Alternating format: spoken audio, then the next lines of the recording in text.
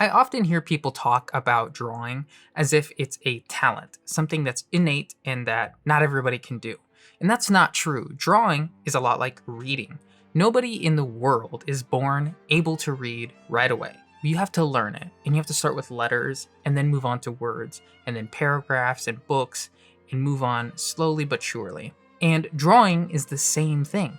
What you have to do is start very early.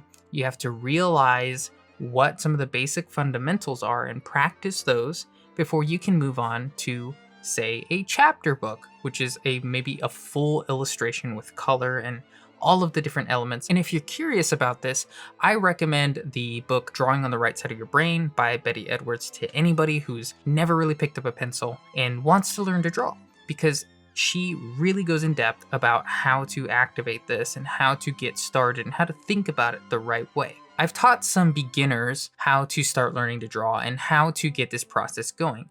And once people start to realize some of these really basic ideas, you start to understand that it's not a talent at all. It is like drawing. It just takes a little bit of practice, and you have to start with the baby steps. You have to start really, really small and then work your way up to some of the more difficult things. And it's really easy to actually start seeing some improvements if you do it this way. If you start by picking up a chapter book, you're never really going to understand how to read from the beginning, from no knowledge at all.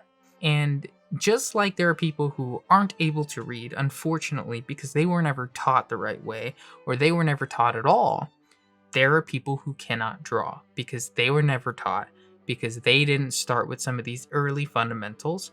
And when they think about drawing, they start out with something way too complicated, way out of their reach. So I encourage you to think of it like reading. Start with some small steps, and I can guarantee that you will be able to draw your very own chapter book within just a little bit of practice.